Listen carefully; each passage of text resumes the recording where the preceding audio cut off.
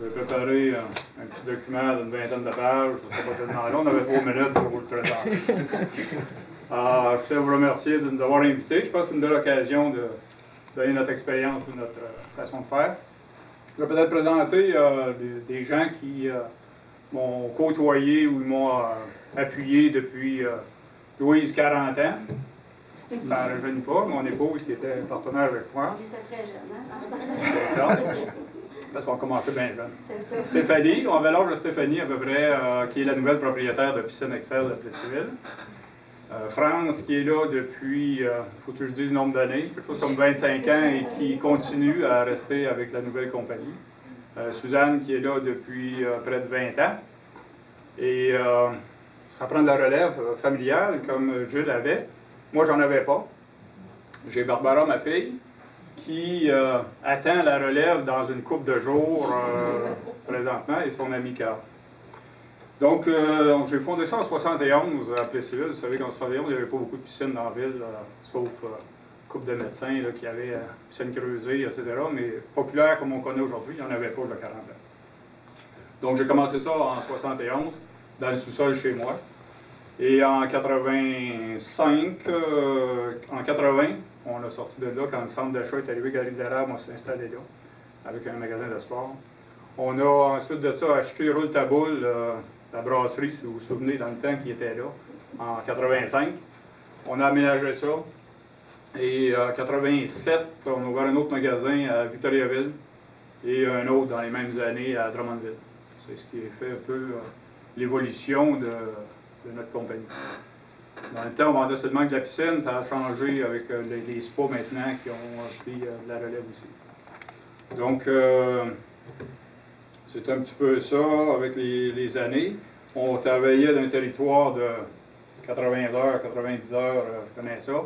De Saint-Hyacinthe qu'on avait comme territoire avec le magasin de Drummondville à aller jusqu'à Laurier Station, quelque chose comme ça, puis du fleuve à aller de l'autre côté de Thetford, avec des installations sur place. C'est pas comme une industrie qui est toujours à la même place. Donc, ça faisait beaucoup de chantiers à surveiller, beaucoup de personnel aussi.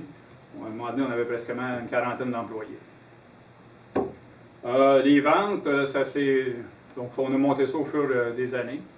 Et la relève n'est pas nécessairement facile quand tu décides de délaisser, prendre ta retraite un peu. Et ça s'est fait progressivement dans notre cas. Le premier qu'on a vendu était à Victoriaville, les années 93, où il y avait beaucoup de compétition, beaucoup de là. L'idée, c'était soit d'acheter quelqu'un ou de vendre à quelqu'un. C'est ce que j'ai fait avec mes compétiteurs. Et ça s'est avéré qu'on n'a pas acheté, on a vendu le commerce à Victoriaville. Et par la suite, à Drummondville, ça s'est fait comme ça. Et à Drummondville, ça a été toute une autre histoire. Ça a été avec nos employés. On a formé un groupe, on les a soutenus. Ça a duré 4 ans, je pense, 3-4 ans. C'était supposé durer 5 ans. On avait fait un plan sur 5 ans pour assurer la relève.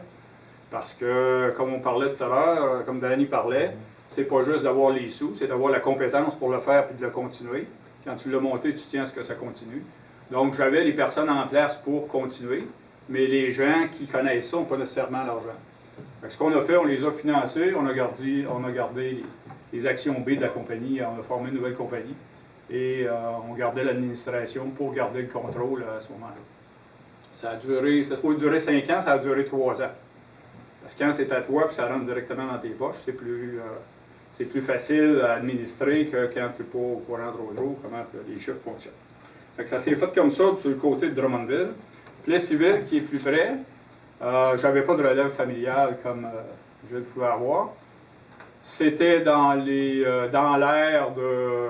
On était rendu presque à l'âge de faire de la relève et tout ça, mais on n'était pas tout à fait rendu là. Mais on commençait à y penser. Jusqu'à ce que Stéphanie et Eric m'approchent, printemps dernier, pour se disant intéressés à notre business, sachant que je n'avais pas de relève comme telle chez mes enfants.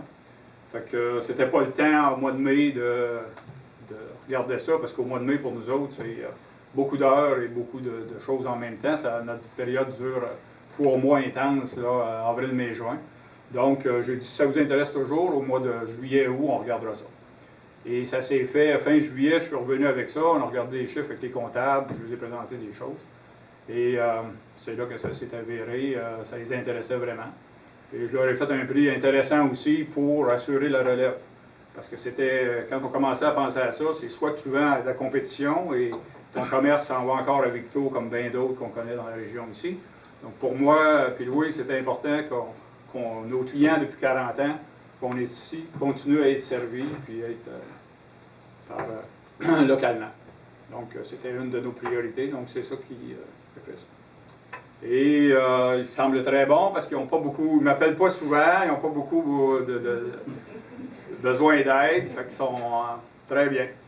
C'est comme ça que ça s'est fait dans les 3 situations. Merci. C'est bon? Merci.